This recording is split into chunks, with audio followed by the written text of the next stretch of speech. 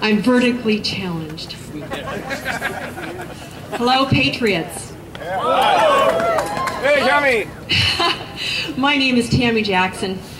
I am the co-owner and editor-in-chief of rightvoicemedia.com. I'm the editor of theblacksphere.net.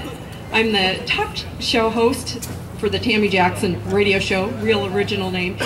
And some of you might have heard me. I am the permanent fill-in host for the Bill Post radio show. Very proud about that. Woo! At KYKN 1430 AM, you betcha. But I'm even more proud that I was born right here in Salem, about a mile from this very spot. Raised in Bend, Oregon, summers on my family's grass seed farm in Silverton, and I attended Oregon State University. So if there's any beavers out there, go Beavs. Just a little proud. Just a little proud, but right now, there's no place I'd rather be than with all you Patriots. I'm not the keynote speaker, so I'll be really brief. I have my notes in case I forget everything. I'm used to being in a studio with no people out there, but you're all friends, so I think I'm good here. In 1776, Pennsylvania was the first place in America that had a right to bear arms as part of their Declaration of Rights. Pretty amazing. At the same time, the Constitution, the federal Constitution, was being drafted without a Bill of Rights. Now, once again, Pennsylvania was the first place to come on board and say, we will adopt this Constitution, but with the dissent of the minority, which said, the people have the right to bear arms for personal defense, for defense of their state, the United States, for hunting, and that no law should be enacted that could disarm the people without a crime being committed. The original people that were supporting the Constitution without the Bill of Rights, those colonials, said, come on, the federal government will never have the power to take our guns away. And they said that the dissent of the minority folks were trying to frighten people. That's all there was to it. Those original supporters of the Constitution without the Bill of Rights said, and this is hard to believe, Congress would never have the power to enact law that would take our guns away from us.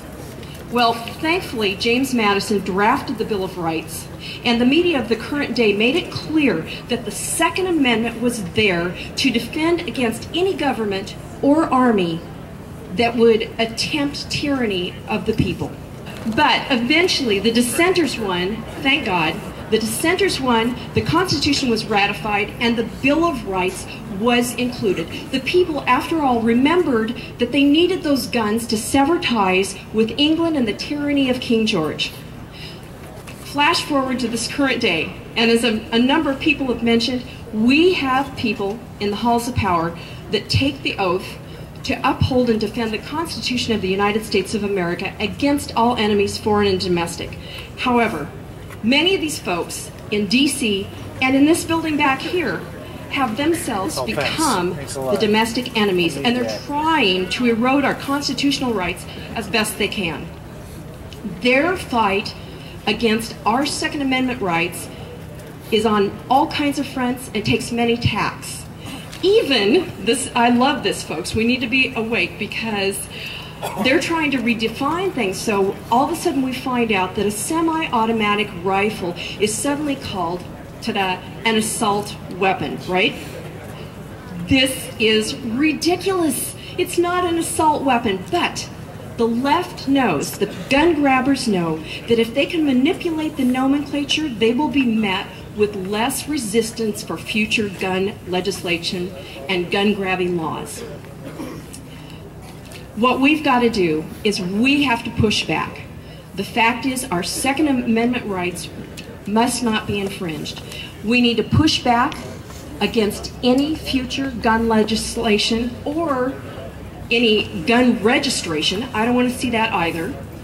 We need to elect good officials that revere the Constitution, like Bill Post, who's not here today, but he's running for state senate. There's a number of good people running. We need to support them and elect them.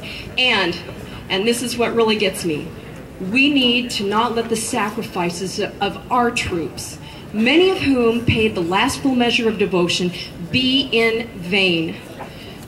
the thing that is amazing to me is that those founders understood the amazing power of the right to bear arms. And in the words of Charlton,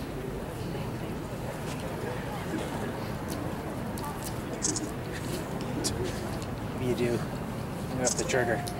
Something could give this common person a very uncommon freedom. And since I'm quoting Charlton, how about you all say with me, you know the 5 words? Right. My cold, dead hands. Thanks, you guys.